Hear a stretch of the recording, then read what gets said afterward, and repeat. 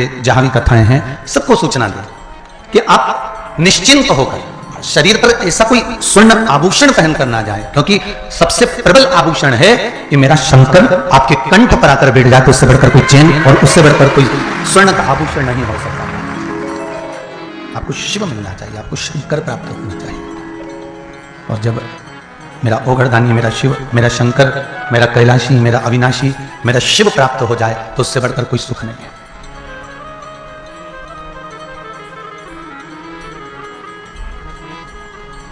यहां स्वर्णाभूषण किसको दिखाना है आपको? बोलो, जम के बोलो, किसको दिखाना है यहां पर? नहीं, या तो एक आभूषण है, जिह्वा का आभूषण है भजन, नैनों का आभूषण है दर्शन, श्रवण का आभूषण है कथा सुनना, हाथों का आभूषण है जहां भजन न जाए वहां ताली बजा लेना, सेवा कर लेना, दान कर लेना, पुण्य कर लेना, सत्कर्म कर लेना, और चरणों का आभूषण है कि शिव कथा तक पहुंच जाना, शंकर के दरवाजे तक पहुंच जाना। इससे बढ़कर कोई सुख का अनुभव नहीं हो सकता।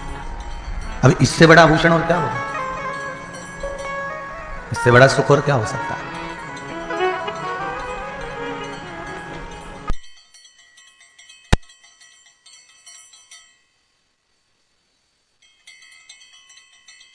देव महादेव, पंच तत्व के जो मूल देव है वो महादेव। और महाराज एक गेंद ले लीजिए, एक फल ले लीजिए, या एक कोई सामग्री ले लीजिए। पृथ्वी में वो बल होता है, पृथ्वी में वो बल प्राप्त है, आखिरी में वो नीचे आ ही जाएगा। पृथ्वी में वो बल है।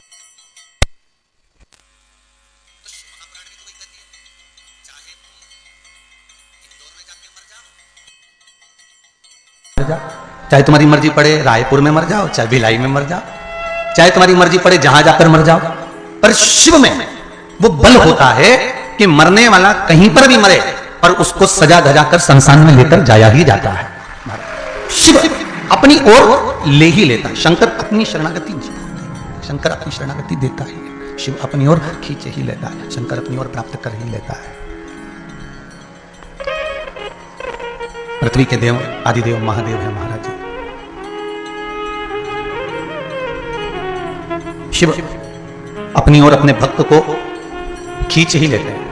शंकर के पास में ना ढोंग चलता है, ना प्रपंच चलता है, ना छल चलता है, ना बेईमानी चलती है, ना प्रपंच चलता है।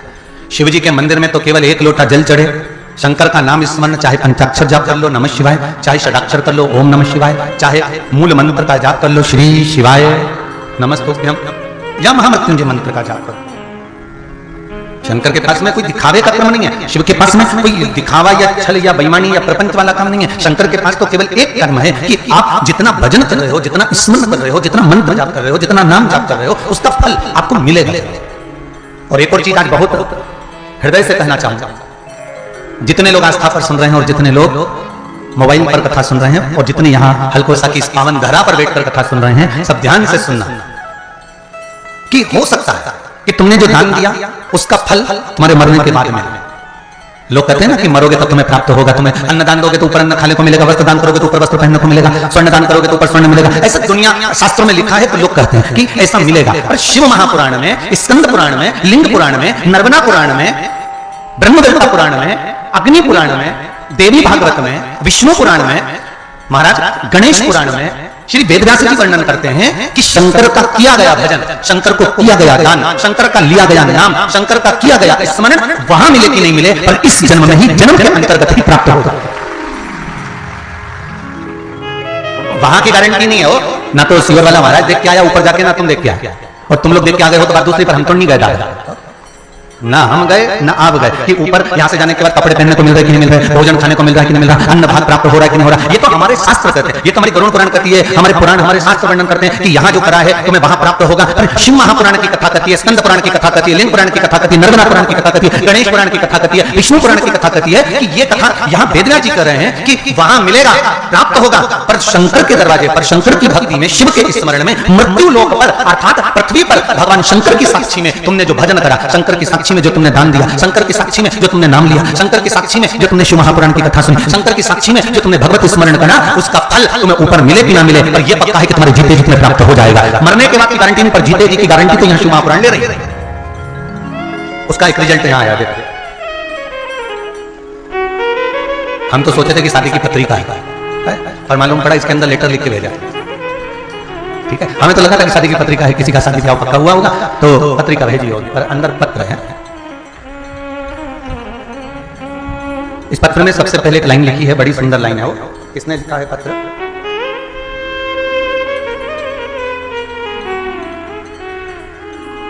मेरा नाम बबीता पराते है, नागपुर महाराष्ट्र से आई हूं। कहीं बैठी हैं? कहीं बैठी हो तो जरा हाथ हिलाइएगा। आप ही हैं? दोनों हाथ हिला दो जरा, पीछे। हाँ, दोनों हाथ तेज कर दो, ऐसे हिलाओ। हाँ, दिख गया, ठीक है। हर हर महादेव, श्री शिवाय नमस्तुभ्यं। इस पत्र में लिखा है, तेरे दर पे आके मुझे क्या मिला है ये मैं जानती हूं या तू जानता है। मेरा नाम बबीता पराते है, अपने परिवार के साथ नागपुर महाराष्ट्र से अपनी गाड़ी के द्वारा शिव की कृपा से जो प्राप्त हुई है उससे मैं कथा सुनने के लिए आई हूं। 7 नवंबर 2021 को अन्नकूट महोत्सव की कथा सुनने भी अपने परिवार के साथ कुबेरेश्वर धाम पर पहुंची थी। अपने बेटे का कॉलेज की तरफ से कहीं जॉब के लिए नहीं आया था। बड़ी दुखी हो गई थी, बड़ी कष्ट था। सोचकर फिर घर जाकर मैंने 5 सोमवार पशुपतिनाथ के व्रत पूर्ण किए और 5 फरवरी 2021 को बसंत पंचमी के दिन बेटे का जॉब लग गया है, ये बाबा को निवेदन करने के लिए ये पत्र। बैठ जाओ बहन। हर हर महादेव, शिव कृपा इसी ही बनी रही। और भी बहुत सी चीजें इसमें लिखी है।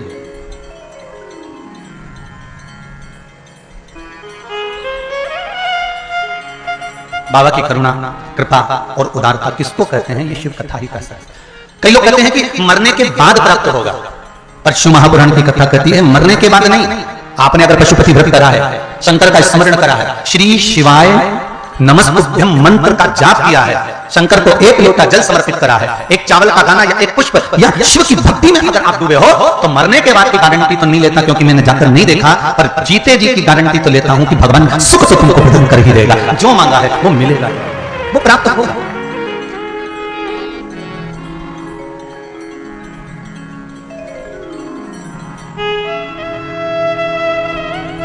भोलेनाथ दया करना, मैं तेरे भरोसे हूँ। शंभुनाथ दया करना, मैं तेरे भरोसे हूँ। एक बात और कहूँ, यहाँ जितने लोग कथा सुनने के लिए बैठे हो, जितने आस्था चैनल पर कथा सुन रहे हो, जितने फेसबुक यूट्यूब पर कथा सुन रहे हो, कथा नहीं आती है आपका चेहरा उतर जाता है, कथा नहीं मिलती है आपका मुख उतर जाता है, दिन भर टाइम पास नहीं होता, दिन भर समय मालूम ही नहीं कहां चले गया, हम कथा क्यों नहीं मिली। मतलब शरीर में आपकी ये इंद्रियां भगवान शंकर की कथा को खोजती है। क्यों? क्योंकि अब आप किसी दूसरे के भरोसे पर नहीं जीते, अब आप उस देवाधिदेव महादेव के भरोसे पर जीते, आप उस शिव के भरोसे पर जीते। भोलेनाथ दया करना, मैं तेरे भरोसे हूँ। ना घर के भरोसे हूँ, ना परिवार के भरोसे हूँ, ना घर के भरोसे हूँ, ना परिवार के भरोसे हूँ। भोलेनाथ दया करना, मैं तेरे भरोसे हूँ। भोलेनाथ दया करना, मैं तेरे भरोसे हूँ। शिव का एक आश्रय है, शंकर का एक आश्रय है। और जब तक शिव का भरोसा ना होना तो जीवन का कोई सुख नहीं मिल सकता भाई। कहना चाहूंगा श्रीमती सोनी जी साहू जी से, श्री दिनेश जी साहू, श्री ईश्वर जी साहू जी से एक बात कहना चाहूंगा। शहर होए ना, अगर मान लो शहर हो तो ये सारी व्यवस्थाएं जुटाने में समय नहीं लगता, पर एक गांव के अंदर गांव के अंदर गांव के अंदर गांव और उसमें इतनी व्यवस्था कर देना, ये कहीं शंकर की ही कृपा हो सकती है, ये शिव की ही कृपा हो सकती है। और कोई इतना बड़ा बहुत धनी या बहुत बड़ा गांव नहीं है साहब, मैं तो आस्था चैनल वालों से भी कहूंगा, अभी तो आप लोग जाके खैर गांव की शूटिंग नहीं कर सकते, पर कल जब कथा चले तो जरा गांव की भी शूटिंग कर कर दिखाना कि यहाँ कबेलू के टीन के और घास के मकान है। कबीलों के टीन के और घास के मकान है, पेड़ों के नीचे लोग खटिया पर सोते हैं। और ये कथा बहुत करोड़पति और अरबपति नहीं करवा रहा, एक किसान साधारण सा व्यापारी व्यक्ति करा रहा है। ये कोई साधारण सा। और एक बात जरूर कहूंगा दिनेश जी आपको,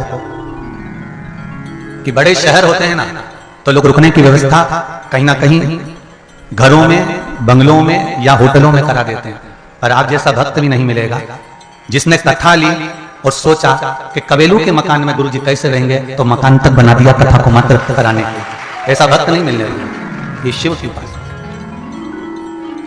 नमन करता हूं आपकी भक्ति को, आपके भरोसे को और आपके विश्वास को। और आप जितने लोग कथा सुनने के लिए आए हो ना, बाबा से कहकर जाना, बाबा भले इतना धन उनको नहीं दिया पर दिल इतना बड़ा दिया कि इतनी बड़ी शिव पुराण करा दी, ऐसा हम पर भी एक दिन कृपा कर देना।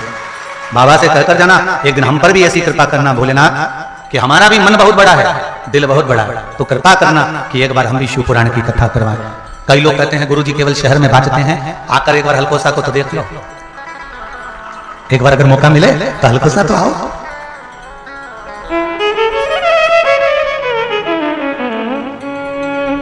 पूरा आदिवासी क्षेत्र है, यहां के लोग मजदूरी करने के लिए शहरों में जाते हैं,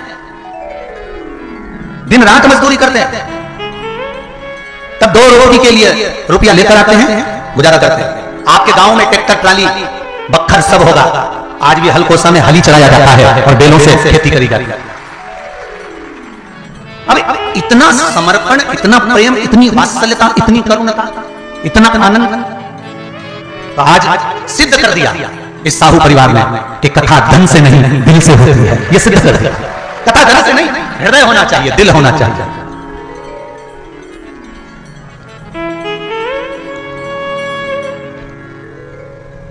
और शिव को चाहिए क्या? शंकर भगवान ने कभी तुम्हारे पास आकर कहा कि मुझे सोना देना, कि चांदी देना, कि हीरा देना, कि रतन देना, कि माणिक देना, कि मोती देना? कभी आपने सियोर वाले महाराज ने ये कहा कि तुम शंकर भगवान को इतना रुपया देना, या शंकर भगवान को ये चांदी का आभूषण या स्वर्ण का आभूषण या मोती या रतन या माणिक चढ़ाना? इस व्यासपीठ से शिव महापुराण के जो भी उपाय बताए होंगे, उस उपाय में या तो बेलपत्री जो आपको सरलता में मिल जाए, जो चावल हो, मूंग हो, धतूरा हो, फूल हो, पत्ती हो, जो कुछ सरलता में जो भगवान ने हमको दिया वो प्राप्त हो जाए, उसी से शिव को दी जाए। शंकर भगवान कभी नहीं कहता कि मुझे तुम्हारा धन या वैभव चाहिए, शिव नहीं कहता कि मुझे तुम्हारी दौलत या तुम्हारी सत्ता चाहिए। शंकर को कहते हैं कि निर्मल मन सो मोहि पावा, वही छल छिद्र कपट ना भावा। तुम्हारा निर्मल जो भाव होगा, निर्मल जो स्वभाव होगा, निर्मल जो चित्त होगा, निर्मल जो भक्ति होगी, उससे मिल जाए।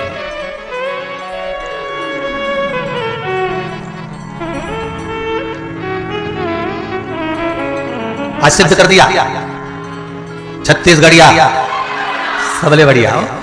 और आज तो तुम लोग इतने आ गए कि कल का टेंशन चालू हो गया कि तेरा क्या होगा रे कालिया, बैठोगे कहा? शिव कृपा, शंकर की दया, उदारता। महाराज भोलेनाथ दया करना, मैं तेरे भरोसे हूं, मैं उसके भरोसे और शिव के भरोसे। शंकर मेरा शिव पृथ्वी तत्व है, पंच तत्व में, पंच देवों में, पंचायत में अगर कोई है तो पंचायत में शंकर को पृथ्वी तत्व कहा गया है। शिव पंचायत के मूल है।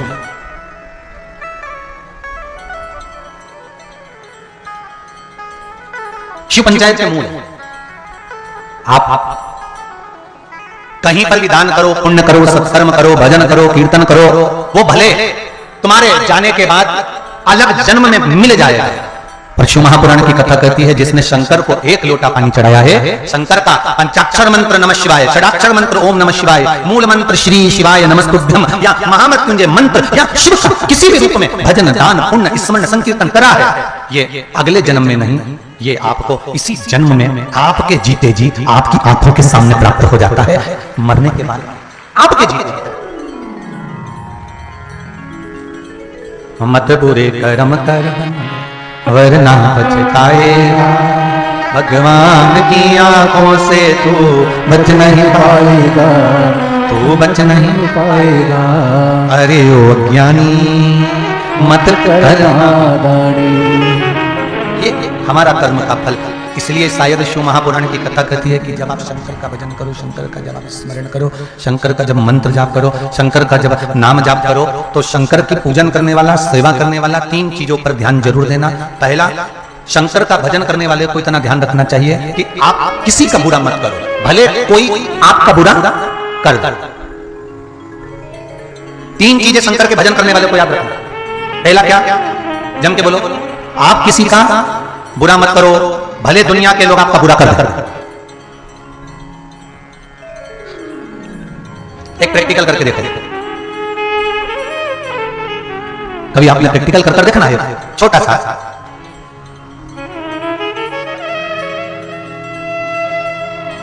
होली के समय पर आप किसी को फूल तोड़कर फेंक कर मारोगे तो वो भी आपको फूल ही फेंक कर मारेगा। आपने किसी को गुलाल फेंक कर मारी तो वो भी आपको, जम के बोलो, गुलाल मारेगा। आपने किसी को काला पीला जो भी रंग होता है भयंकर, वो किसी को लगा दिया तो वो भी आपको, जम के बोलो जरा, वही लगाएगा। आपने किसी पर कीचड़ फेंका, ये तो प्रैक्टिकल भी होली नहीं ना, आप करके देख लीजिए। किसी पर कीचड़ फेंका तो वो भी क्या करेगा? आपके ऊपर कीचड़ ही फेंकेगा। किसी के आपने कपड़े फाड़ दिए होली पर तो वो भी, अरे जम के तो बोलो, आपके कपड़े फाड़ेगा। ये होली पर प्रैक्टिकल करके देखना। जो आपने दिया है वैसा आपको मिला। फूल दिया, फूल मिला, रंग दिया, रंग मिला, कलर मिला, कलर दिया तो कलर मिला, कपड़े फाड़े तो कपड़े फाड़ेगा। आपने जैसा कीचड़ दिया, कीचड़ मिला, जैसा आपने दिया है वैसा आपको प्राप्त होगा। इसलिए शिव पुराण कहती है कि शंकर के भजन करने वाले को, शंकर के स्मरण करने वाले को, शिव नाम जपने वाले को, शंकर की भक्ति में डूबने वाले को, शंकर का स्मरण करने वाले को कभी किसी का बुरा नहीं करना चाहिए, ना किसी के लिए अपशब्द कहना चाहिए। चाहे दुनिया के लोग कितना भी बुरा कर दें, कितना भी अपशब्द कह दें, कितने भी ताने दे दें, कितना भी बुरा कर दें, उनको करने दो, पर अपने को नहीं। दूसरा, शंकर के भजन करने वाले को चाहिए कि बन सके तो किसी की सहायता करे। गर्मी के दिन आ रहे हैं, हो सके किसी प्यासे को एक बूंद पानी पिला दीजिए। गर्मी के दिन आ रहे हैं, हो सकता है किसी के लिए छाया कर दीजिए, किसी भूखे को भोजन करा दिया। बन सके तो सेवा करा।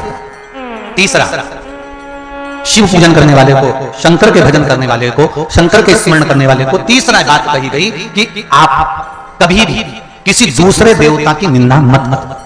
ये नहीं कि आप शंकर जी का पूजन कर रहे हो तो राम जी की निंदा करो, या राम का पूजन कर रहे हो तो कृष्ण की निंदा करो, या कृष्ण की पूजन कर रहे हो तो शिव की निंदा करो, या देवी की निंदा करो, या देवता की निंदा करो। नहीं, शंकर की आराधना करने वाले को ना राम की निंदा करना चाहिए, ना कृष्ण की निंदा करना चाहिए, ना दत्त की निंदा करना चाहिए, ना देवी की निंदा करना चाहिए।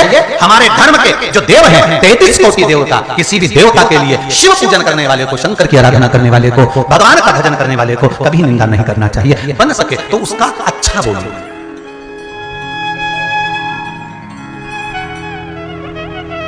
बन सके तो कुछ अच्छा करिए। एक कथा आती है, 2 ब्राह्मण एक ही गांव में रहते थे। एक गरीब था, एक अमीर। एक के पास में धन नहीं है और एक के पास में धन बहुत है। दोनों ब्राह्मण साथ में रहते थे, पड़ोस में निवास था दोनों का, एक बाजू बाजू रहते थे। एक गरीब था, एक अमीर था। एक दिन जो गरीब ब्राह्मण था ना, इसकी पत्नी रोज चिड़चिड़ करती थी। एक दिन एकादशी का दिन था और एकादशी के दिन इसकी पत्नी ने कहा था जाओ बच्चे भूखे हैं, कुछ सामान लेकर आओ। अब वो गया, बेचारे को नहीं मिला। गरीब बड़ा तो ठाई धन था नहीं, कहीं पूजन पाठ अर्चना आराधना नहीं मिली, कुछ प्राप्त नहीं हुआ, तो वो वापिस लौट आए। वो वापिस आ गया। अब पत्नी ने कहा कुछ लाए हो? पति बोला कुछ मिला नहीं। कहां से लाता? आज एकादशी का दिन है, सबकी एकादशी का व्रत है, किसी ने कोई दान दिया ही नहीं। अब तो पत्नी ने जो गरजना चालू करा, होगी कहीं की जगदम्बा। अब जो गरजना चालू करा तो बेचारा ब्राह्मण मन में सोचा इससे तो मर जाऊं तो अच्छा है, काहे की जिंदगी मेरी, इससे तो अपने प्राणों को त्याग दूं तो अच्छा। और ब्राह्मण निकल गया जंगल की ओर और आज सोच कर गया कब लौट कर नहीं आऊंगा, अपने प्राणों को त्याग दिया। शिव महापुराण की कथा बहुत सुंदर बात कहती है, कितना भी क्रोध आए, कितना भी गुस्सा आए, कितना भी झगड़ा हो जाए, कितना भी किसी से क्लेश हो जाए, 10 रोटी ज्यादा खाओ पर मरने का प्लान कभी मत बनाओ। कितना भी झगड़ा हो, कितना भी घाटा लग जाए, कितना भी क्रोध आ जाए, चाहे पूरी की पूरी कंपनी डूब जाए, पर मरने का कभी प्लान मत बनाना, मरने का मत सोचना। धन उसने दिया था, संपदा उसने दी थी, विवाह उसने कराया था। तुम्हारे भाग्य ने अगर लड़ने वाला ऐसा मिला है, झगड़ने वाली ऐसी मिली है, तो टेंशन लेने की जरूरत नहीं है। उसने निभाने के लिए दिया है ना, तो झगड़ो लड़ो, जो कुछ करना है करो, पर मरने का प्लान कभी मत बनाओ कि मैं मर जाऊंगा और मैं तो चले जाऊं, मैं डूब के मर जाऊं। मतलब मरने से क्या मतलब है? मरने से तुम तो जिंदा रहो, उनकी छाती पे मूंग डालो। क्यों मरे?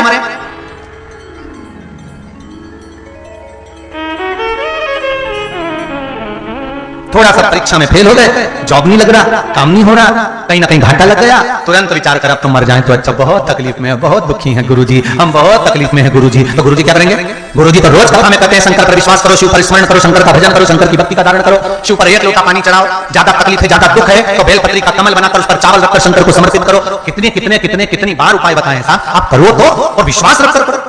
ये लिखा किसी ने पत्र में, देखो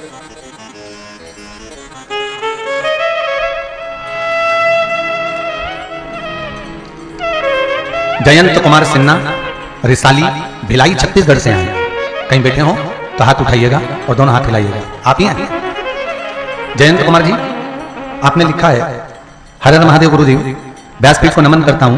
बाबा मैं शिव जी की महिमा का क्या बखान करूं, बाबा ने मुझ पर बहुत कृपा करी है।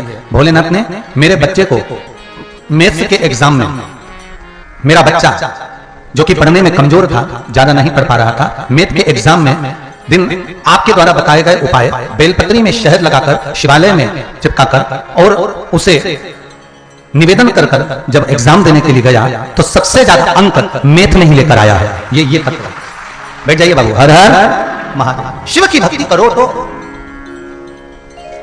एक पत्र और है,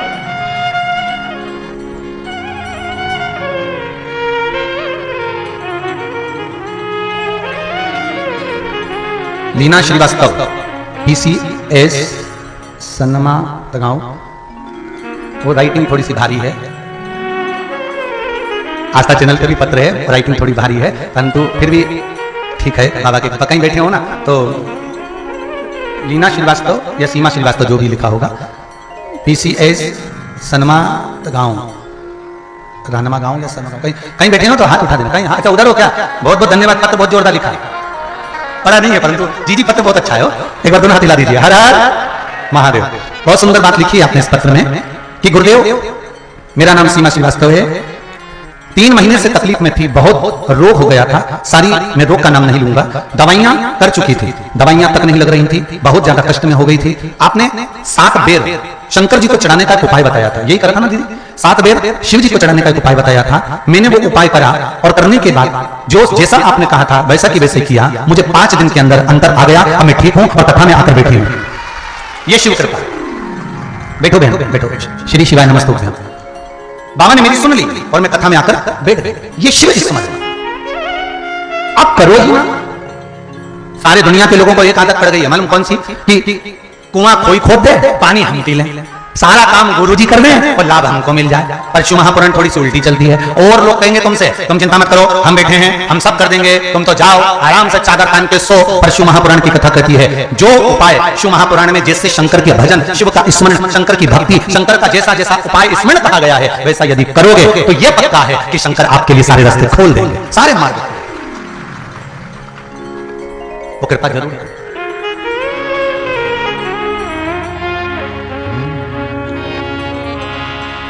अरे धीमा बजाओ भोलानाथ।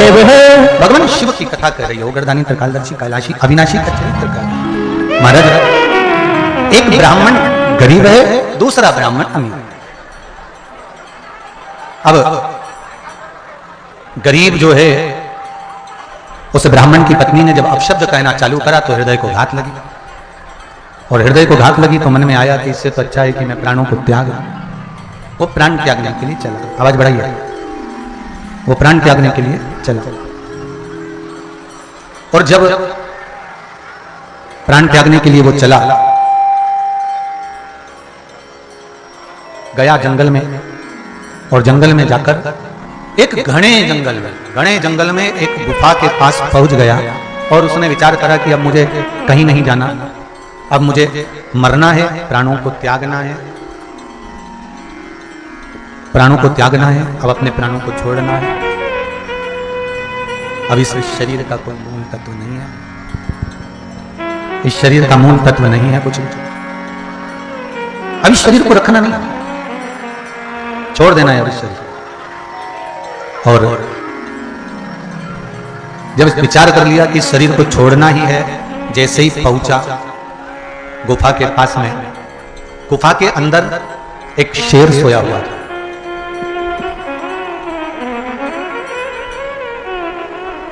गुफा के अंदर एक शेर सोया हुआ है और हंस जंगल के राजा शेर का पहरा दे रहा है।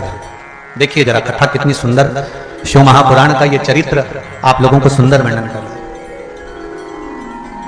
अंदर शेर है, बाहर हंस पहरेदारी कर रहा है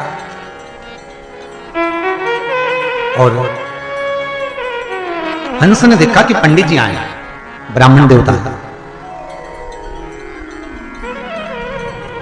तो हंस मन में सोचा, अरे ब्राह्मण देवता, तुम्हें भी आज मरने के लिए आना था। अंदर शेर बैठा है, 5 मिनट की भी देरी नहीं करेगा और ये तुम्हें खा जाएगा। पंडित जी तो विचार कर आए थे कि शरीर छोड़ना है, मरना है, जीवित नहीं रहना। तो अब तो हार गया मैं इस शरीर से।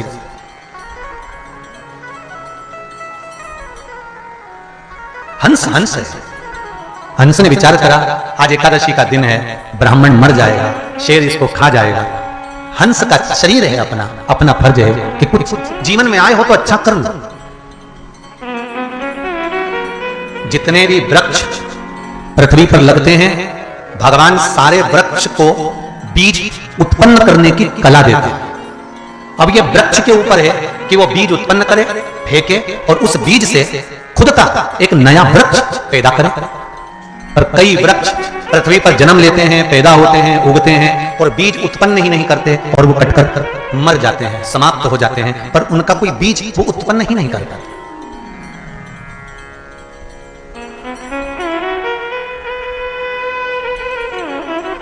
हम खुद की कोई कला को प्रकट ही नहीं करता। आपने जितने लोग बैठे हैं ना, और जितने लोग आस्था चैनल पर कथा सुन रहे हैं, जितने मोबाइल पर कथा सुन रहे हो ना, आप में से कम 80% लोग ऐसे होंगे जो अपने बच्चों से कहते हैं, इनके जैसे बनो, तुम्हारे चाचा जैसे बनो, तुम्हारे पिताजी जैसे बनो, उनके जैसे बनो।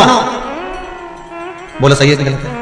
80% लोग अपने बच्चे को बस यही ज्ञान देते हैं कि इनके जैसे बनो, उनके जैसे बनो, उनके जैसे बनो, और बच्चा उनके जैसा बनने का प्रयास करता रहता है, करता रहता है, करता रहता है, और वो खुद जो कला उसके अंदर छुपी होती है वो कला उजागर नहीं कर पाता और वो कुछ भी नहीं बन पाता है। बच्चों पर प्रेशर नहीं होना, बच्चों पर प्रेशर नहीं होना। बच्चों को तो ये कहो कि अपने भीतर परमात्मा ने अगर हमको जन्म दिया है, मृत्यु लोक में हम पैदा हुए हैं, इस सनातन धर्म के अंदर हम पैदा हुए हैं, और अगर हम भारत की भूमि पर पैदा हुए हैं तो ऐसा कोई बच्चा पृथ्वी पर, ऐसा कोई बेटा और ऐसी कोई बेटी संसार में, ऐसा कोई मनुष्य पैदा नहीं हुआ जिसको भगवान ने कला देकर पैदा नहीं करा, कुछ ना कुछ हुनर देकर पैदा करा है। आप में क्या हुनर है उसको आपको प्रकट करना है, वो संसार तक पहुंचाना है। आपके हुनर को आप पैदा करना।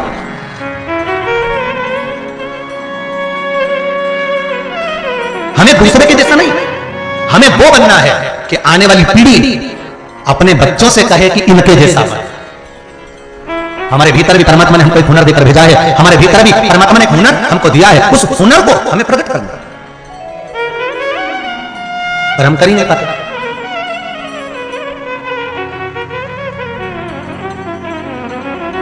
सास बहू से कहती है, हमारी सास ऐसी थी।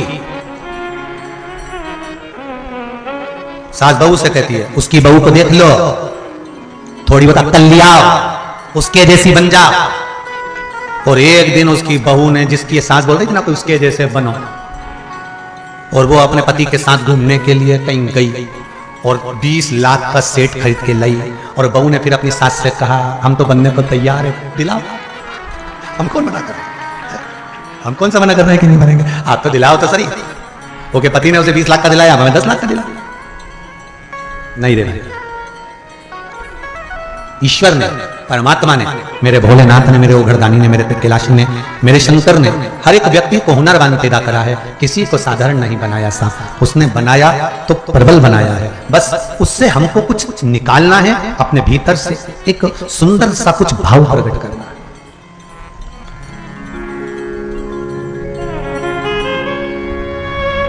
अच्छा करने का प्रयास तो करो।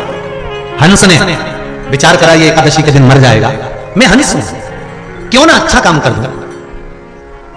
मरने का तो सही, पर बचाने का प्रयास तो हम कर सकते हैं। अगर कोई हार रहा हो ना, तुम्हारे पड़ोस में कोई बच्चा हो, कोई बेटी हो, कोई परिवार हो जिसमें धन की कमी आ गई हो और वो बहुत हार चुका हो, तो उसको कहना हार मती, एक बार पशुपति व्रत रख और पशुपति व्रत कर देख, बाबा चाहेगा तो 5 सोमवार में तो तेरा कार्य कर ही देगा। अगर कोई हार रहा है तो उसको बल प्रदान तू कर। हंस ने सोचा ये ब्राह्मण मरेगा, आ गया है, मरने के लिए आया है। इतने में हंस ने तुरंत उसी समय पर शेर को उठाया। उठो महाराज, राजा महाराज, हे जंगल के राजा उठिए, जंगल के राजा जागिए, आपके दरवाजे पर एक ब्राह्मण भिक्षा मांगने के लिए आया है। आज एकादशी का दिन है, जंगल के राजा, उस ब्राह्मण को कुछ दान दे दीजिए। आप जंगल के राजा हो, उठो महाराज उठो। हंस को मालूम था ये जंगल का राजा शेर सबसे पहले उठता है तो आक्रमण ही करता, पर हंस ने जो कहना चालू करा, आप उठो, जंगल के राजा हो, आज एकादशी का दिन है, अपने हाथों से पुण्य करो, दान करो, सत्कर्म करो, दरवाजे पर ब्राह्मण आया है, कुछ दे दीजिए। जंगल का राजा उठा, उसने जो धाड़ा, ब्राह्मण तुरंत भागने की तैयारी करा। इतने में हंस ने कहा, ब्राह्मण देवता रुको, मरने तो तुम आए थे, मरने तो तुम आए हो ना, थोड़ी सी देर रुक जाओ। मैंने प्रयास करा है कि जंगल का राजा तुमको कुछ दे दे। अगर सही तरह से अगर समझ में आ गई होगी इस हंस की बात, तो तुम्हारा जीवन बन जाएगा, ये पक्का है। और जंगल का राजा उठा, उठते से हंस से बोला, हंस क्या बात है? हंस कहते हैं दरवाजे पर ब्राह्मण खड़ा है, आप राजा हो, आज एकादशी का दिन है, कुछ दान दे दीजिए। इतनी सी बात। जंगल का राजा अंदर गया कि आज मैंने अपना राज तत्व का ज्ञान आया। हंस को मालूम तो पड़ा कि मैं राजा हूं, तो जितने भी लोगों को उस शेर ने खाया था, उनके जो आभूषण पड़े थे सब उठाकर ब्राह्मण को दे दिया। ब्राह्मण से कहा, ये लो एकादशी का दान, ये लो एकादशी का दान। शेर अंदर गया, हंस पंडित जी के पास गया। हंस ने ब्राह्मण से कहा, बुद्धि बदले उससे पहले खसक ले। इसका क्या भरोसा है, ये कब पलट जाए? मौका मिला है, भाग ले। उसने जेवर लिया, घर पहुंच गया। घर पहुंचा, इतना खुश, पत्नी ने खूब जोरदार मकान सजा लिया। पर पड़ोसन जो रहती थी, ये तो गरीब बड़ा था, वो एक और पंडित जी रहते थे, वो पैसे वाले थे। उसकी पत्नी की जितनी बत्ती होती है ना, खोपड़िया में सब जल गया। उसने कहा, अपनी पड़ोसन से पूछा, क्यों इतना सारा धन कहां से आया? अरे एकादशी के दिन मेरे पति से झगड़ा हो गया, पति झगड़ा कर मरने चले गया, जंगल में गया तो उसको शेर मिल गया, शेर ने ये सब कुछ दे दिया। इतने में पड़ोसन ने सोच लिया, आने दे अगली एकादशी। अब अगली एकादशी आ गया। अब इसके पैसे की कौन कमी थी, इसके वैभव की कौन सी कमी थी, इसके तो नहीं थी। फिर भी पत्नी ने पति से कह दिया, सुनो कल एकादशी है, अपन दोनों जोरदार झगड़ा करेंगे और तुम झगड़े में लड़के चले जाना जंगल में, शेर मिलेगा और तुमको बहुत सारा सोना चांदी हीरा पन्ना दे देगा। पति के तरफ पांव पड़ू जगदम्बा, शेर और हीरा पन्ना देगा, मार निपटा जाएगा। पत्नी बोली, मेरी पड़ोसन से बात हुई है, उसका भी पति झगड़ा करके गया था, वही की वही हुआ और एकादशी पे पंडित जी चले। जैसे ही पंडित जी गए, आज ड्यूटी चेंज हो गई, हंस की जगह कौवे को लगाया था। आज ड्यूटी चेंज है। ऑफिस में एक व्यक्ति से अगर गलती हो जाती है ना, तो ऑफिस में 2 तरह के लोग रहते हैं, हंस की तरह, एक कौवे की तरह। जो हंस प्रवृत्ति का व्यक्ति होता है ना, वो साहब के पास जाकर कहता है, सर छोटा है, गलती हो गई, अभी नई नई ज्वाइनिंग है ना सर, इसको आता नहीं है, धीरे धीरे सीख जाएगा, धीरे धीरे सीखेगी सर, इसमें अभी अक्ल नहीं है, गलती हो गई सर। जो हंस प्रवृत्ति का होगा ना, उसकी गलती को छुपाएगा, उसको उजागर नहीं करेगा, उसको दबाएगा और ऑफिसर को समझाएगा, गलती हो गई, आगे से ऐसा नहीं होगा सर, ऐसा अब नहीं करेगी, अब नहीं करेगा, उसको समझाएगा। और जो कौवा प्रवृत्ति का होता है ना, वो और जाकर 4 अलग से जोड़कर लगाएगा। सर वो तो तुम्हें बदनाम करने में लगा हुआ है, इसीलिए तो चाहता है कि तुम्हारी जॉब तक चली जाए, तुम्हारा ऑफिसर तक चले जाए, अभी भी मौका है, इसका ट्रांसफर कर दो, यहां से हटा दो। ये कौवा है, ये कौवा। आज ड्यूटी चेंज, आज दरवाजे पर राजा शेर के दरवाजे पर हंस द्वारपाली नहीं कर रहा है, आज कौन कर रहा है? जम के बोलो जरा, कौवा कर रहा है। और जैसे ही कौवा द्वारपाली कर रहा था और पंडित जी आए और कौवा खुश हो गया, अब तो निपटा। कितनी खुशी की बात है, ये मरेगा, शेर खाएगा, इसके थोड़े से मांस के टुकड़े मिलेंगे, मैं नोच नोच के खाऊंगा। कौवे ने अपना फायदा देखा और कौवे ने सोचा, शेर तो सो रहा है, इसको उठाना पड़ेगा। कौवे ने शेर को उठाना चालू करा, काम करना चालू करा, शेर नहीं उठा। पंडित जी और आगे बढ़े, कौवे ने और तेज चिल्लाया, शेर को उठाने का प्रयास करा, शेर उठा। शेर ने जैसी धाड़ लगाई, पंडित जी घबरा मरे। शेर आया वहां, कौवे को देखा, कौवे से पूछा क्या बात है, इतना क्यों चिल्ला रहा है? कौवा कहता है बाहर पंडित जी आए हैं, ताजा ताजा मांस है, ब्राह्मण देवता बड़े चकाचक है, निपटा जाओ। शेर ने मन में सोचा पिछली एकादशी पर ड्यूटी हंस की थी और उसने मेरे हाथों से दान करवा दिया था, आज ये कौवे की ड्यूटी लगी है, ये मुझसे बात कराना चाहता है, क्यों ना एक मौका पंडित जी को फिर दे दूं और कह दूं चले जाए यहां से। पिछले बार का पुण्य हंस के द्वारा जो ज्ञान दिया गया था वो ज्ञान प्रकट हो गया और शेर ने जाकर पंडित जी से कहा ब्राह्मण देवता मैं आपको खा जाऊंगा, निवेदन है आप यहां से चले जाओ। और पंडित जी दौड़कर चले गए। राजा शेर ने कौवे से कहा कौवे तुझ में और हंस में कितना अंतर है, हंस मुझे जगाने का काम कर रहा है और जगा भी ऐसा रहा है कि धर्म में लगा रहा है, और कौवे तू उसकी निंदा कर कर मुझे इसलिए जगा रहा है कि मैं गलत काम करूं। दो तरह के लोग संसार में होते हैं हमारा, एक हंस की तरह एक कौवे की तरह। हंस वो होगा तुम्हें जगाने का प्रयास करेगा, धर्म में लगाने का प्रयास करेगा, सत्कर्म में लगाने का प्रयास करेगा, सच्चा सनातनी बनाने का प्रयास करेगा और भगवान के भजन में शिव के धाम तक पहुंचाने का प्रयास करेगा। और दूसरा कौवे की तरह होगा, जगाएगा, जगाने का प्रयास करेगा, तुमसे कहेगा देख लो, प्रयास करेगा, समझाएगा तुमको। कौवे की तरह भी लोग मिलेंगे तुमको और जो आग लगाने का काम करेंगे, तुमको मिटाने का काम करेंगे। पर सत्कर्म की ओर बढ़ना है, हमको हंस की जैसे ज्ञान चक्षु रखना है। ध्यान दीजिएगा, गिद्ध रामचरितमानस, संपाति गिद्ध था, जटायु गिद्ध था। रामचरितमानस में तुलसीदास जी लिखते हैं कि गिद्ध की दृष्टि बहुत दूर तक का देख लेती है, पर शिव महापुराण की कथा कहती है गिद्ध से ज्यादा सिद्ध की दृष्टि बहुत ऊंचे तक का देख लेती है।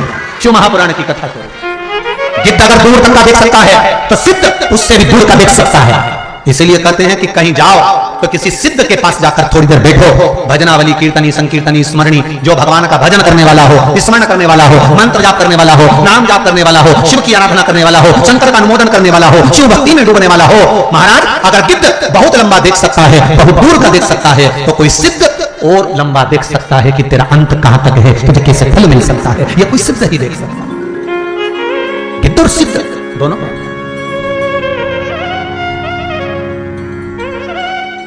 देखेगा, आपके जीवन की श्रेष्ठता को देखेगा। एक हंस की तरह मिलेगा, एक कौवे की तरह मिलेगा। और जितने लोग नौकरी करने वाले, व्यापार करने वाले, व्यवसाय करने वाले, घर में रहने वाले, परिवार में रहने वाले, सर्विस करने वाले, बड़े बड़े पदों पर बैठने वाले, आपको भी दो तरह के लोग मिलेंगे। एक हंस जैसा समझाने वाला मिलेगा, एक कौवे जैसा आग लगाने वाला मिलेगा। दो तरह का। पर भोलेनाथ दया करना, मैं तेरे भरोसे हूं। सिद्धता का भाव यही रहता है कि हम शिव के भरोसे।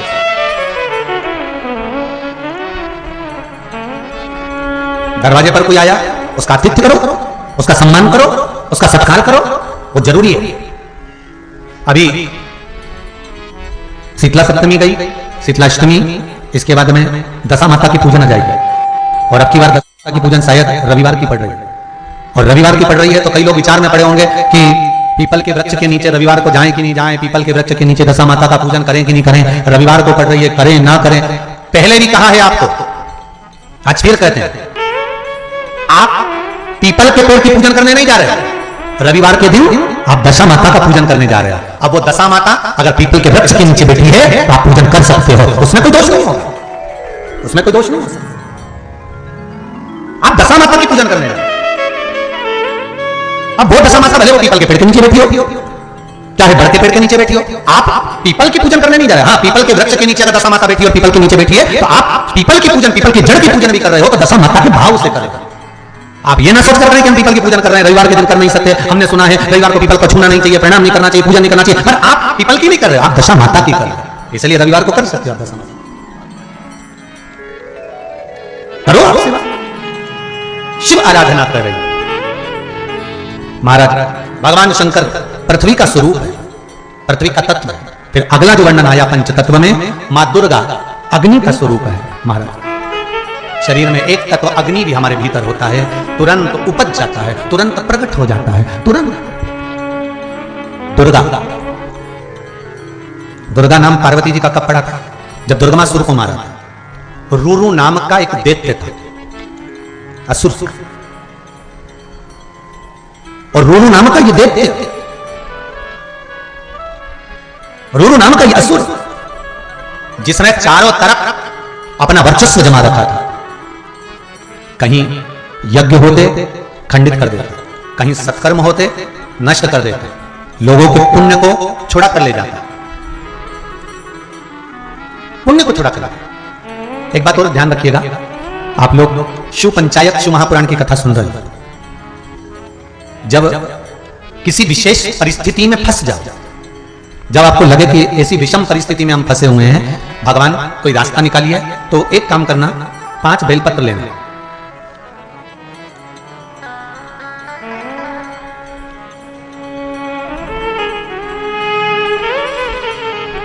जरा ध्यान से देखना है और ध्यान से श्रवण भी करें। अगर कोई विषम परिस्थिति में फंसे हो, निर्णय नहीं मिल रहा, मंजिल तक नहीं पहुंच पा रहा, और ऐसा लग रहा है कि हमारा यह कार्य होना चाहिए, पर किस निर्णय पर जाऊं, ये वाली जॉब करूं, ये वाली जॉब करूं, ये वाला मकान खरीदूं, ये वाला खरीदूं, बेटी को पढ़ने भेजूं ना भेजूं, बेटे को वहां भेजूं ना भेजूं, बेटे का संबंध यहां करूं ना करूं, बेटी का संबंध वहां करूं यहां करूं।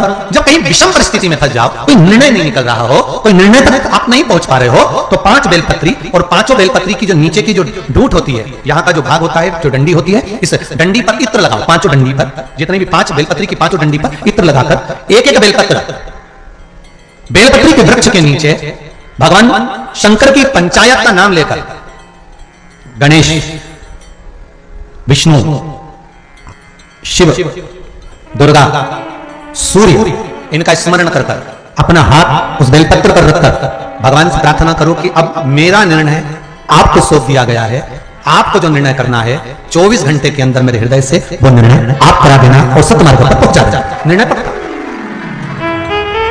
जब कोई परिवार में निर्णय नहीं हो पा रहा हो, कोई विषम परिस्थिति में फंस गए हो, निर्णय होना जरूरी है, शिव की पंचायत हमें दे दो। एक बात बहुत सुंदर है शिव पंचायत है, अगर शरीर में कोई रोग हो गया है ना, शरीर में अगर कोई रोग हो गया है और डॉक्टर कह रहा है ये रोग, एक पत्र है देखो,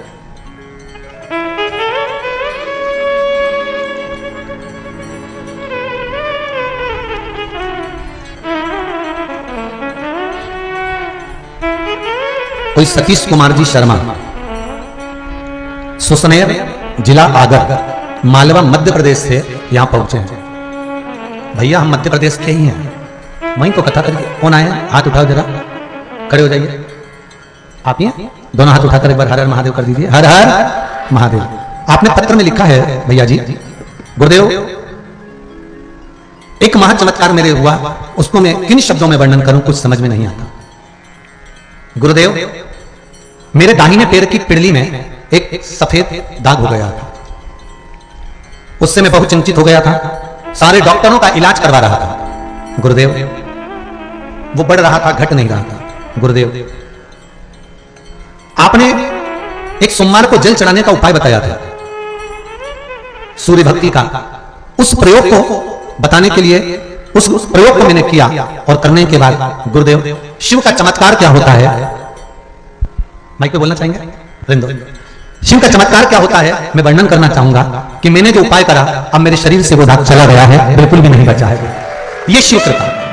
उसको बताने के लिए मैं 23/3/2022 को बुधवार को कुबेरेश्वर धाम गया था। आप कुबेरेश्वर धाम गए थे क्या भैया? अरे वाह, अपन कितने को निकले थे बाबू? अपन 22 को, हम 22 को निकले, ठीक है।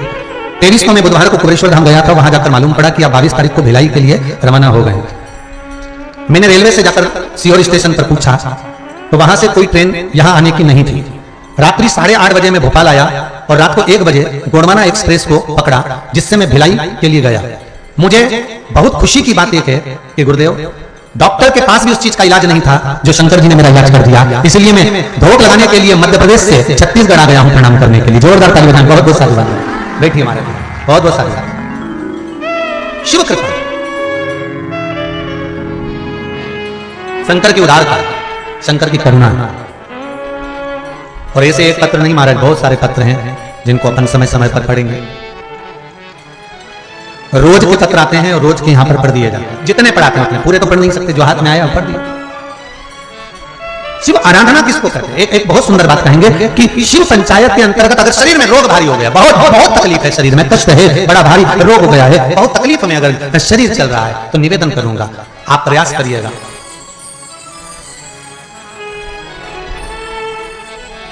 अबीर गुलाल आती है बाजार मिलती है, अबीर गुलाल। शिव जी पे अभिषेक जब शंकर भगवान का होता है, शिव जी का जब अभिषेक होता है, तो जो कर्मकांडी ब्राह्मण होते हैं, विद्वत जन ब्राह्मण होते हैं, वो आपसे कहते हैं अबीर चलाइए, गुलाल चढ़ाइए। तब शिव जी पर अबीर चढ़ाने के बाद 5 लोटा जल, 5 कलश जल के भर भर कर शंकर को चढ़ाना प्रारंभ कर दीजिए महाराज। और 5 बार जब जल चढ़ाएं, उसके पहले जब आप अबीर चढ़ाएंगे, पहले अबीर चढ़ना है। अबीर जब चढ़ाते समय आप अपनी रोग, अपनी बीमारी, अपने कष्ट को शंकर जी को कहें अबीर चढ़ाते समय, और उसके बाद में 5 लोटा जल समर्पित करें। शंभो शंभो 5 लोटा जल शिव जी को समर्पित करें। जब भगवान शंकर को 5 लोटा जल आप समर्पित करें, ज्यादा से ज्यादा 15 दिन, 8-10 दिन, 15 दिन आप जल चढ़ाएंगे, जितना शरीर में रोग होगा, कष्ट होगा, बीमारी होगी, उसमें आराम मिलना प्रारंभ हो जाएगा। मात्र 15 दिन कर देगा।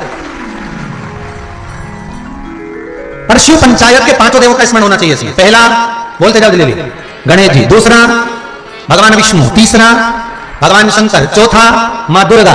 और 5वां सूर्य नारायण। ये शिव पंचायत के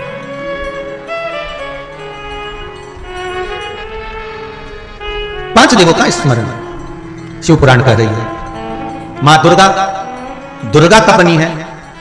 माता पार्वती तो पार्वती थी, दुर्गा का बनी एक रूरू नाम का असुर, बड़ा प्रबल असुर, जिसने हाहाकार मचा दिया, चारों तरफ हाहाकार मचाया। हर जगह पर जितना पुण्य था, धर्म था, सत्कर्म था, यज्ञ था, अनुष्ठान था, जो भी अच्छे काम होते थे, सब बर्बाद कर देता था। बड़ा कष्ट, बड़ा कष्ट। देवता बड़े तकलीफ में आ गए। सारे देवताओं ने जाकर भगवान ब्रह्मदेव से कहा, ब्रह्मा जी कुछ कृपा करिए। ब्रह्मा जी ने कहा,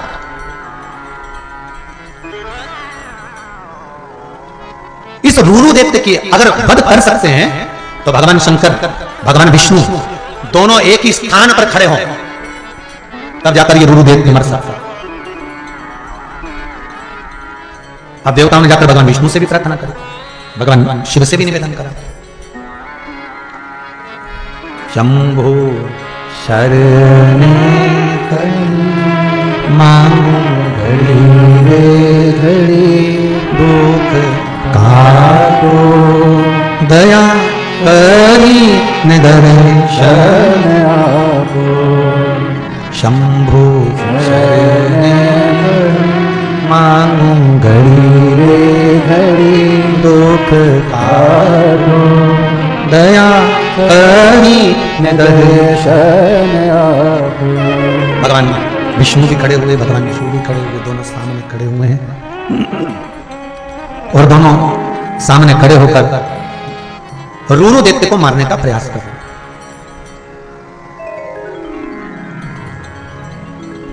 दैत्य मर गया। कोई अच्छा काम हो जाता है ना, तो व्यक्ति के भीतर अहंकार खड़ा हो जाता है। कोई प्रबल काम हो गया ना, तो अहंकार जाग जाएगा। तुमने कोई काम करा, अच्छे से हो गया ना, तो तुम भी अकड़ के कह देती, वो तो मैं थी ना इसलिए हो गए। कई कई माताएं अकड़ में नहीं कह देती, वो तो मैं जिंदा हूं इसलिए घर चल रहा। जिस दिन मैं मर गई ना, आटे दाल का भाव मालूम पड़ जाएगा, तो डोकरी से कह दो मरी जा। नहीं, तुम तो मरो। अरे जिंदा हो तो भी घर चल रहा है, और मर जाओगे तो भी चलेगा। एक बात का ध्यान रखना, दुनिया के लोग धन के मीत हैं, तुम्हारे मीत नहीं। तुम्हारी वाणी में अगर मिठास होगी तो दुनिया तुम्हारी होगी, नहीं तो धन के मीत कैसे? जैसे एक सेठ जी के पास में घोड़ा था, सेठ जी के पास घोड़ा, और घोड़े पे खूब खर्चा करें, और घोड़े पे जितना खर्चा करें उतना ही दुनिया वालों को घोड़ा दिखाने में खर्चा करें। पूरे रिश्तेदारों को बुलाए, काका जी आओ, बुआ जी आओ, फूफा जी आओ, मामा जी आओ, सारे रिश्तेदार आते। 15-15 दिन पड़े रहते सेठ जी के घर में, और सेठ जी घोड़े की तारीफ करते, क्या जोरदार घोड़ा, पहले नंबर पर आए, एकदम सफेद, क्या जोरदार उसकी आंख। और सेठ जी सबको खूब खर्चा करे, खूब खर्चा करे, खूब खर्चा करे। एक दिन घोड़ा मर गए, पूरे गांव के लोग आए, घोड़ा मरा, सब आए, और 6 महीने के बाद सेठ जी मर गए, कोई नहीं आया। क्यों? घोड़े के समय पर सेठ जी खर्च करते थे, इसलिए सब जुड़े हुए थे। अब सेठ जी मर गए तो कौन खर्चा करेगा? कौन आएगा? अरे वाह वाली दुनिया, मतलब की दुनिया में किसी का कोई नहीं। श्री राम के संग हजारों सखा वनवास हुआ तब कोई नहीं। माता सीता के संग हजारों सखी जब हरण हुआ तब कोई नहीं। वारी दुनिया मतलब की दुनिया में किसी का कोई नहीं। धन के साथी हजारों थे जब धन ही नहीं तो कोई नहीं। वारी दुनिया मतलब की दुनिया में किसी का कोई नहीं। तुमको लगता हो जितने अपने नजर आ रहे हो, जितने रिश्तेदार नातेदार कबीला जो तुमको दिख रहा हो, तुम्हें लगता हो ये सब अपने नजर आ रहे हैं, कोई नहीं।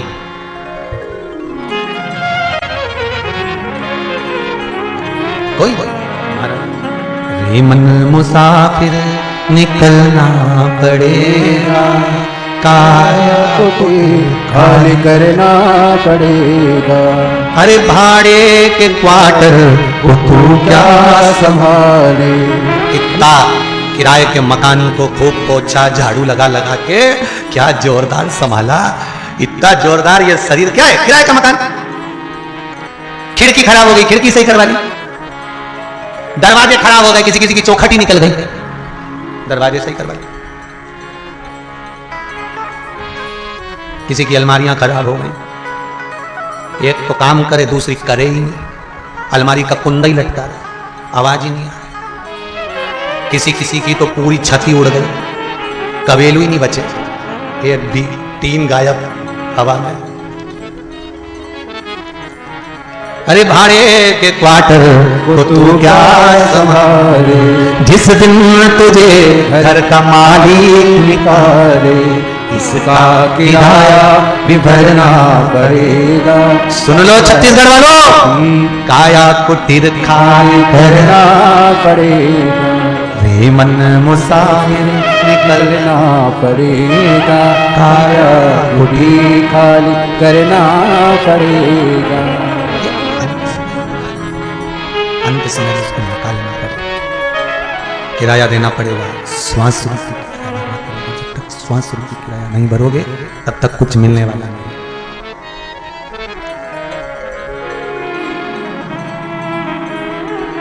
बड़ा मुश्किल से प्राप्त होता है। देवताओं के भीतर थोड़ा सा अभिमान प्रकट हो गया, देवताओं के भीतर थोड़ा सा अहंकार प्रकट हो गया, और जब देवताओं के भीतर अभिमान अहंकार प्रकट हुआ, देवताओं के भीतर जब अहंकार प्रकट गया, अहंकार प्रगटा, तब इंद्र कह रहे हैं कि मैंने रुरुदैत्य को मारा।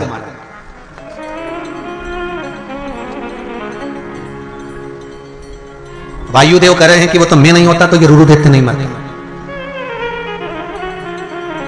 अग्निदेव कह रहे हैं वो तो मैं था इसलिए रुरुदैत्य मर गए। हम जितने हैं ना सब ब्रह्म में जी रहे हैं। आपको लगता है घर आप चला रहे हैं, आपको लगता है कि परिवार आप चला रहे हैं, भूल जाओ वो तो शंकर जी चला रहे हैं तो चल रहा है। हमारी कोई रत्ती भर भी है परसेंट भी हमारा कुछ नहीं है, हमारा है क्या? दूसरे ने जन्म दिया, दूसरा ही उठाकर शमशान तक छोड़ आया। दूसरा हम इतनी अकड़ में जीते हो ना, इतनी अकड़ में रहते हो, कई कहते हैं मेरे को हाथ मत लगाना मर जाऊं तो, नीचे तेरे हाथ की मुझे दवाई गोली, मैं तो मर जाऊंगा, मुझे छूना मत। तो उससे कह दो कि तुम आज से ही शमशान में जाकर लेट जाओ, कोई हाथ ही नहीं लगाएगा, वही कि मैं निपटा दिया खत्म था। अरे इतनी अकड़ में क्या जीना रे भाई, इतने अभिमान में क्या जीना? जीना है तो प्रेम और स्नेह में जियो, अपनी वाणी में वो नम्रता रखिए, अपनी वाणी में वो प्रबलता रखिए कि आपको दुख हो, आपको तकलीफ हो, आपको कष्ट हो तो आंसू किसी दूसरे की आंख में आ जाए कि उसको कष्ट है, ये स्नेह कहते हैं, ये प्रेम कहते हैं, ये करुणा कहते हैं, ये वात्सल्यता कहते हैं।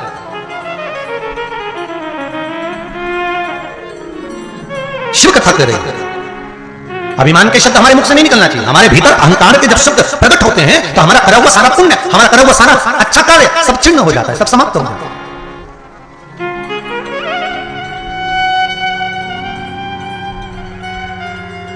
अगर अभिमान करना है तो एक चीज का अभिमान जरूर करो, जैसे मीराबाई करती थी। सारे दुनिया के लोग मीराबाई से कहते थे, मीरा तूने गुरु भी बनाया तो ऐसा बनाया कि वो चमड़े का जूता बनाने वाले रविदास जी को गुरु बनाया। चमड़े का जूता सिलने वाले रविदास जी को तुमने गुरु बनाया। मीराबाई को लोग शब्द पर शब्द कहते थे, ताने पर ताने देते थे, आड़ा टेढ़ा कहते थे, पर फिर भी मीराबाई हमेशा शान और सत्ता से कहती थी, मुझे एक बड़ोरे अभिमान कि गुरु मेरा समर्थ है, ये मुझे अभिमान है कि मेरा गुरु बराबर दुनिया में कोई गुरु नहीं हो सकता। ये मेरी समर्थता है कि मेरा गुरु प्रबल है। ऐसा ही अगर अभिमान करना है तो तुम्हें एक बात का अभिमान करना चाहिए कि दुनिया भले मेरा साथ दे कि नहीं दे, पर मुझे विश्वास है कि शिव पुराण की कथा को मैंने सुना है, शंकर मेरा साथ जरूर देगा, यह पक्का विश्वास है। भोलेनाथ दया करना, मैं तेरे भरोसे हूं। कोई साथ दे ना दे, कोई बोले ना बोले, कोई कुछ कहे ना कहे, पर इतना जरूर है कि मुझे एक बड़ोरे अभिमान के गुरु मेरो समर्थ है। मेरो क्या तो करे वो यमराज जब गुरु मेरो समर्थ है। मैं क्या करेगा?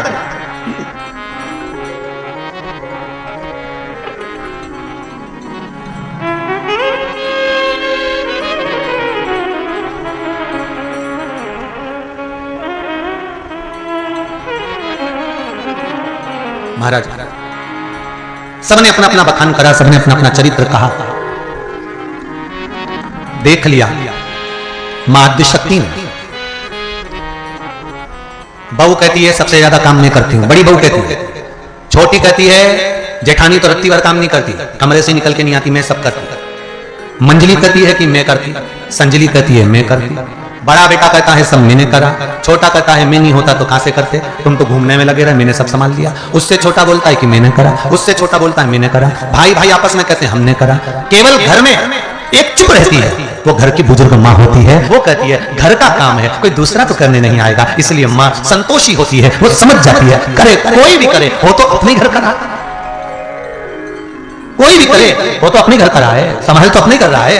बस देवता आपस में बात कर रहे थे, 33 कोटि देवता आपस में बात कर रहे हैं। कोई बोले रूरू को मैंने मारा, कोई के मैंने मारा, कोई के मैंने मारा, असुरों का संहार मैंने करा। इतने में पहुंच रही माता देवी, घर की बूढ़ी मां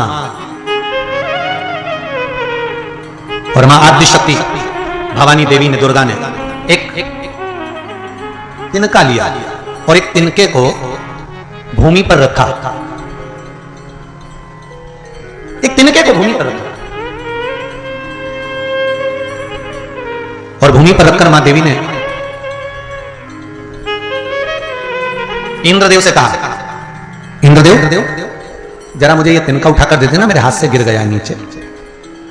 इंद्र बोले तुम्हें मालूम नहीं है इतने बड़े बड़े असुरों का मैं संहार कर कर आया हूं और तुम मुझे इतना सा तिनका उठाने का कहती हो, इतना सा तिनका। कई लोगों के मन में एक प्रश्न खड़ा होता है कि शिव पंचायत में दुर्गा जी का नाम है, पार्वती का नाम नहीं है। किसका नाम है? दुर्गा। शिव पंचायत में लक्ष्मी जी का नाम नहीं है, सरस्वती का नाम नहीं है, इंद्र का नाम नहीं है, ब्रह्मा का नाम नहीं है, केवल अगर है तो दुर्गा का नाम है। विष्णु, गणेश, दुर्गा, सूर्य, शिव। तो दुर्गा का नाम क्यों है ये समझ लेना जरा अच्छे से। निर्बाध में आपके बच्चे पूछेंगे कि मम्मी शंकर जी के परिवार में पार्वती जी, गणेश जी, कार्तिक, नंदी, शिव सब है, पर यहाँ दुर्गा जी का नाम नहीं है। और शिव पंचायत में दुर्गा जी का नाम है और पार्वती का नाम नहीं है। प्रश्न करने वाले पूछेंगे, आपको तो उत्तर देना पड़ेगा। तब इंद्र कह रहे हैं इतना छोटा सा तिनका, इतना छोटा सा तिनका हम उठाए।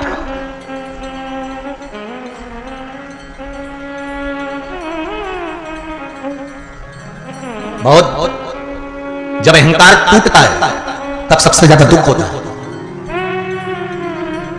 जब अहंकार टूटता है ना तब सबसे ज्यादा दुख होता है। तुम बहुत सुंदर श्रृंगार करो और तैयार होकर पति के पास जाकर पूछो मैं कैसी लग रही, और पति कह दे तू ऐसी लग रही जैसे हरी घास में भैंस चल रही, तब अहंकार टूटा कि नहीं टूटा? जब अहंकार टूटता है तब दुख होता है, तकलीफ होती है, कष्ट होता है बहुत। कहा इंद्र कह रहे हैं ये हमको इतना छोटा सा तिनका उठाने की बात करते हो, इतना छोटा सा तिनका हम उठाएं? हाँ उठाइए। ये उठाकर हमको दे दो। इंद्र उसी समय पर पवन देव को बोल दिया, पवन देव जाओ जरा तिनका उठाकर ये दुर्गा भवानी को, ये आद्य शक्ति को दे दीजिए।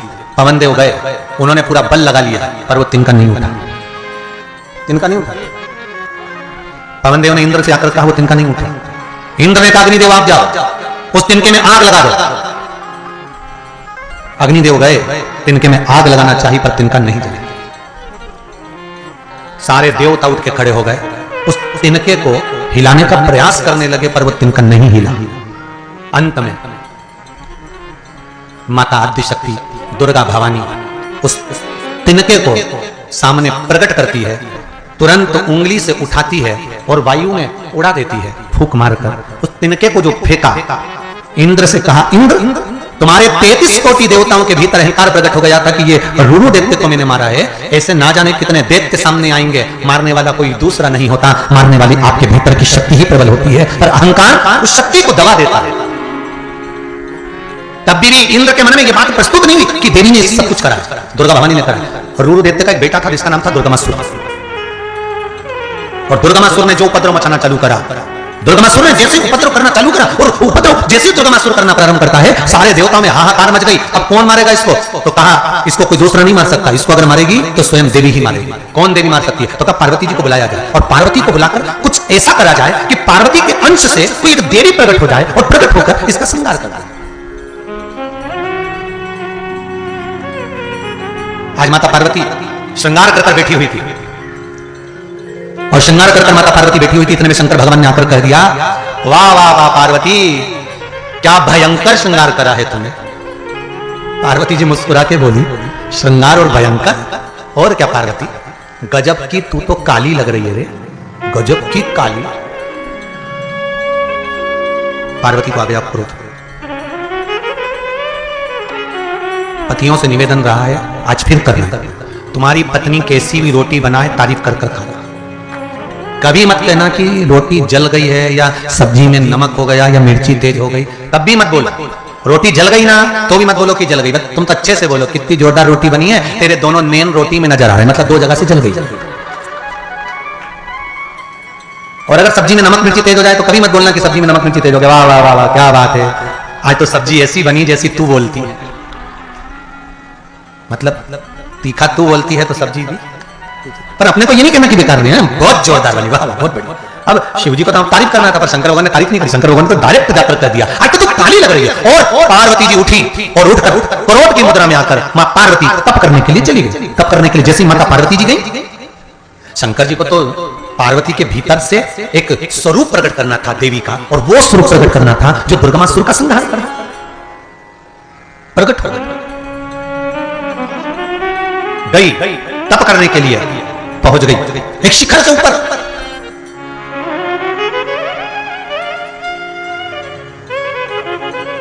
एक भयंकर पहाड़ी के ऊपर बैठ गई, जैसे कमलेश्वरी बैठी पहाड़ी के ऊपर चढ़कर, ऐसी पहाड़ी पर चढ़कर बैठ गई, और बड़ी बड़ी दुर्गम पहाड़ी, बड़ी दुर्गम। एक शेर देवी जी को देख रहा था, काली थी, शिव जी ने कह दिया था कि तू काली है। शेर देवी जी को देख रहा था, उसने सोचा ताजा ताजा मांस मिला खाने के लिए, नीचे बैठा रहूंगा। पहाड़ी पर देवी, नीचे शेर, पार्वती जी भी तप कर रही है पहाड़ी पर बैठकर, शेर भी तप कर रहा है पार्वती को खाने के लिए, ये उतरे और मैं इसको निपटाऊं। हजारों साल हो गए, पार्वती जी नीचे ही नहीं है, हजारों साल हो गए, शेर ने पानी तक नहीं पिया, वो भी तप में, ये इसको पाने के तप में। शंकर भगवान प्रकट हो गए पार्वती के सामने, पार्वती मैंने तो तेरे को हास्य व्यंग में कहा था, चल अब चलकर तू स्नान कर ले गंगा का। जैसे ही पार्वती नीचे उतर कर आई तो शेर बैठा था, कमजोर हो गया। पार्वती जी ने पूछा तुम कौन? शेर कहता है मैं तुम्हें खाने के लिए आया था, पर अब मैं खाऊंगा नहीं। आपने जितना तप करा, शंकर जी कहते हैं उतना ही तप इस शेर ने करा है। पार्वती जी कहती हैं तूने मेरा तप करा है, आज से मैं सिंह की सवारी करूंगी, तू मेरे साथ हर पल रहे, हर क्षण रहे। सिंह माता के साथ होगा, सिंह माता के साथ। और पार्वती जी ने जैसे गंगा जी में डुबकी लगाई, पार्वती जी की एक प्रतिलिपि कौशिकी जिसका नाम था, वो कौशिकी बाहर निकली। पार्वती जी गौरी हुई, कौशिकी माता प्रकट हुई। वही कौशिकी दुर्गमासुर का संहार करने के लिए दौड़ पड़ी। सिंह ने साथ दिया और बैठ गई मां शेरों पर। शेरों पर सवार। और तेरे भक्त जनों पर माता भीड़ पड़ी है भारी और दानव दल पर टूट पड़ो मां करके सिंह सवारी सो सिंहों से तू बलशाली अष्टभुजाओं वाली दुखियों के टुकड़े वाली ओ मैया हम सब उतारे तेरी आरती टूट पड़ी। रुरु का पुत्र दुर्गमसुर जो उपद्रव मचाया हुआ था, एक किला बना रखा था, उस किले के अंदर बैठा हुआ था। मां पहुंच गई किले के अंदर सिंह के साथ, और देवता आकाश में खड़े इंतजार कर रहे हैं, मां आज संहार कर दे, आज संहार करे, मां प्रतीक्षा कर।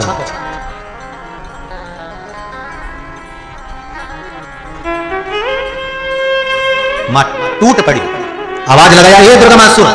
दुर्गमासुर बाहर निकल कर आया, देवी को देखा, हंसने लगा, ठहाका लगाने लगा, और मां आद्य शक्ति शेर पर सवार होकर दुर्गमासुर का संहार कर देती है। देवताओं ने पुष्पों की वृष्टि करी, गंधर्वगान करे, अप्सरा नृत्य करी, चारों तरफ जय जय घोष हुआ। मां का एक नाम